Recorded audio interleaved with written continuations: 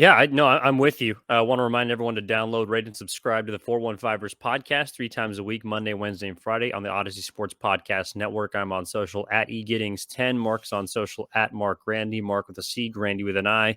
No, I do want to stay here because you kind of got my mind moving a little bit. And one thing that I think a lot of people have had an issue with Shanahan about on the field is, maybe he hasn't grown a whole lot. Like there's been kind of a lot of trends throughout his tenure here that would suggest that he is certainly a different head coach, but kind of a similar play caller. A few weeks ago or last week actually, we went through kind of his on script off script differentiation and how this year it's been not so great when he's off script. In previous years, he's been better when he's off script. But large in part, there's been a difference, right? When he's comfortable, when he's in his zone, he can be effective on the field as a head coach and a play caller. But when things tend to go awry, he hasn't taken as much of a next step as a lot of people would hope for a head coach in his sixth season. I do think you can make the case now that we have seen growth for Kyle Shanahan in the front office because, like you mentioned, this wasn't really his MO. And whether or not it was supposed to be coming in with a team that needed to fill a lot of different holes, as opposed to one now that is kind of just tinkering with different spots and trying to make upgrades. I also think that Kyle Shanahan learned from 2019, where he felt like his team was the best from start to finish, except for, of course, the fourth quarter in the Super Bowl. But maybe he reflects on it and looks at it and says, look, if we were able to go out and make one big splash and, F a pick here and there, maybe that would have been the difference that had gotten us over the top against Kansas City. And this team, to me, is not as dominant as the 2019 team.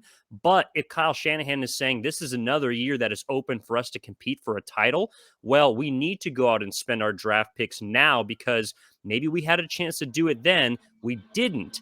And along the lines of Trey Lance, the loss in the Super Bowl probably spurs that draft day trade where they're spending 3 first-round picks, where now he's showing us that, okay, I understand where I've made mistakes in the past as maybe a talent evaluator, as maybe making decisions, but I'm going to be able to evolve and grow as a decision maker at a higher level than just the field to put myself and the fans in a position where this team, you know, can compete for a championship and can compete in a year where, like you've said, is weaker all around, especially in the NFC. Yeah, I agree with you there. And I think part of this also is, there's a quote from John Lynch that kind of spurred this whole conversation. John Lynch said, Kyle Shanahan jokes around and calls me Trader John in jest because he's usually the one pushing them for trades. And if we ever traded everything that guy has wanted, we'd never have any picks, is what John Lynch said of Kyle Shanahan. And I think part of this and part of that conversation and part of what you just talked about there is also, everything that like Kyle Shanahan says, oh man, you got to go get me so and so. You got to go and get me this receiver. Could you imagine him in this offense? Like, of course, everyone would want like a star receiver or whoever it is, a star player, a star running back, whether it was, someone in the past before they acquired Christian McCaffrey. There's a difference in like saying something like that and kind of maybe joking around with your general manager. Like, could you imagine him wearing the red and gold versus actually sitting down, discussing, the capital that it would take to get him? I mean, it's obviously on a totally different level, but if you've played fantasy football and you've made a fantasy football trade, you could think you had a great, trade package for yourself.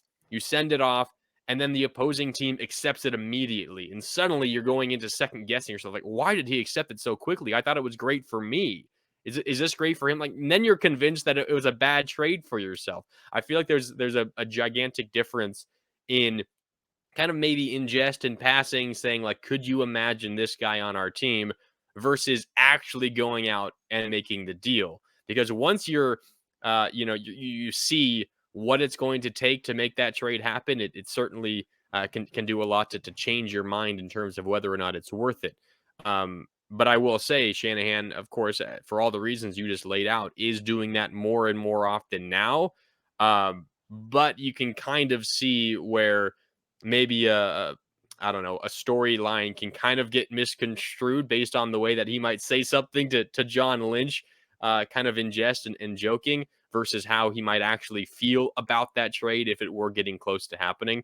But I do agree that the team is kind of going in that direction where they're more willing to do it more often now. But the difference is he gets to make those decisions. Like most head coaches will say, like you mentioned, oh, I would do with Justin Jefferson. Oh, what I would do with, you know, this big bruising defensive tackle. Uh, but Kyle Shanahan is also the guy that then gets to step into the war room and say, you know what? Let's pull the trigger on that. Like that's the difference. So to me, it is noteworthy that John Lynch is saying something like, and of course it's mentioned specifically in jest, but we'd never have any picks. Well, outside of compensation next year, you wouldn't have very many picks if they weren't coming back. So, and who knows, maybe that's the reason why Kyle Shanahan is being as aggressive as he is right now, because he knows he'll be getting picks back.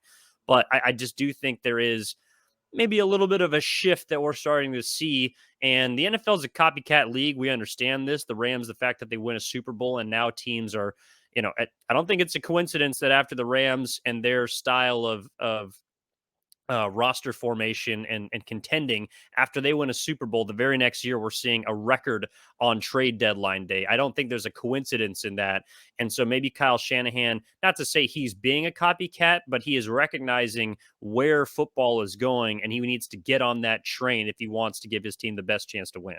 Well, and another example, kind of the flip side of taking these risks. We talked about the Dolphins specifically in their acquisition of Jeff Wilson Jr. and a little bit about Bradley Chubb as well.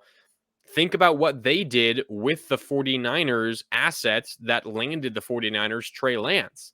Again, we're talking about one side of the risk, but you can also look at the other side. The Niners took a giant risk in trading 3 first-round picks for the right to select Trey Lance third overall in the 2021 NFL Draft. The Miami Dolphins now have traded away or used all of those Niners picks. They traded that 12th overall pick that the Niners gave them in that 2021 NFL Draft. They packaged that with another first rounder, moved up to 6th overall, and selected Jalen Waddle, who is absolutely exploding now in his second year in the league. They then, this most recent offseason, yeah, if you're watching on YouTube, you just saw Evan do his best Waddle impression, his goal line or his touchdown celebration. It's my Very good. favorite. It's my favorite in the league. And then this most recent offseason, they traded the 49ers number 29 overall 2022 first round pick, along with a second round pick, two fourth round picks, and a sixth round pick in the 2023 draft for Tyreek Hill. And then, of course, most recently, they acquired Bradley Chubb. They gave the 49ers 2023 first round pick, and they also sent Chase Edmonds. They got back a 2025 fifth round selection as well, and they got Bradley Chubb. So the Dolphins used the Niners' 3 first round picks, a few other assets of their own to get Jalen Waddle, Tyreek Hill, and Bradley Chubb. So that's kind of the other side of this risk seeking, risk averse Kyle Shanahan. Look what the Dolphins did with all that capital. A lot of times you think of teams like the Dolphins making a trade like that. All right, they're loading up on young talent. They're going to own the draft for the next few years. But the Dolphins leaders have decided no, they did use one of those picks to help get them a rookie in Jalen Waddle. But beyond that, they're getting veterans in Tyreek Hill and Bradley Chubb. I think the Dolphins have done a phenomenal job, but kind of an interesting thing to look at when you consider the risks the Niners are taking and how a different team might go about capitalizing on that risk that the Niners took. I also think it's interesting too because Chris Greer, who is the general manager for Miami, he's been there since 2016. So he has been, of course, a part of this more than Mike McDaniel has. But the moment that a Kyle Shanahan disciple gets to Miami is the year that they decide, well, all right, this is going to be the time where we cash in those chips. Another thing, too, I was just looking at Greer's resume, and he actually started in New England, a place that does not do this at Yeah. all. In fact, they would prefer to have an abundance of fifth round picks as opposed to trading away the majority of their capital to move up. They, of course, generally move back in drafts more often than not.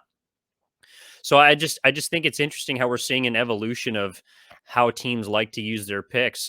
Jimmy Johnson was the one who famously, traded away Herschel Walker for umpteen picks and just said, you know what? Hey, we're just gonna take our chances and we're gonna take more chances at the lottery. Yeah. If we hit, we hit. If not, then so be it. But nowadays it's like, all right, well, no, now we're gonna use the draft lottery to go get to trade up for the Powerball or all that we think is going to make a difference. And the Dolphins have absolutely done that to near perfection this year, and it's resulted in a big season for them. As for the 49ers, hopefully they can certainly have a big year this year. And right now at 4-4, Mark, it seems like they're in a pretty good position to do that. And they're heading into their bye week. Like, did you are you on the side of the fence? I know we didn't talk about this, but I was just curious. George Kittle, after the game on Sunday, kind of hinted at, okay, well, we are going into our bye, but we feel like we found something. Like, I'm kind of sad in a way that, we don't play next week because we feel like we've gotten back into a rhythm. Um, are you more on the George Kittle camp, or I feel like the other side, which is most of people that would say, no, no, no, no, no, no, no. Let's go to the let's go to the bye week 4-4. We are back on track against the Rams. This is kind of what happened last year without the bye week, but now we get 2 weeks to get healthy. We get 2 weeks to get right, and then we can make the final sprint to the last, 10 weeks of the season. I feel like it's kind of a fine line because when you're playing well, you want to keep playing. But also, I feel like this is the perfect time for a bye. I mean, I think if you were to rewind to when the schedule was released, most NFL teams are praying for what, like a week 8, week 9, week 10 bye. You want the middle of the season because if you have a week 13 bye, you are going to be struggling like from week 9 to week 13 because you have been playing for 3 months straight without a bye. You get a nice bye in the middle, and it kind of splits your season into two, and I think it's easier to kind of digest and think about what to move and what to improve on and what you need to do better. But it also, just in terms of rest and recovery, having it right in the middle makes your two halves of a season, I think, easier because you have that nice buy and that midpoint. I think it was Michael Irvin who was on 95.7 The Game earlier this week and said having a week 9 buy is 100% an advantage. Every team wants this buy. So while I think you can probably feel George Kittle being like, we're playing well, finally, we had our best game of the year. We want to keep playing. That's understood. But I think the greater good is the bye, is getting healthy. You have a lot of bodies. It seems like that will be coming back for week 10 against the Chargers when the Niners host Los Angeles at Levi's.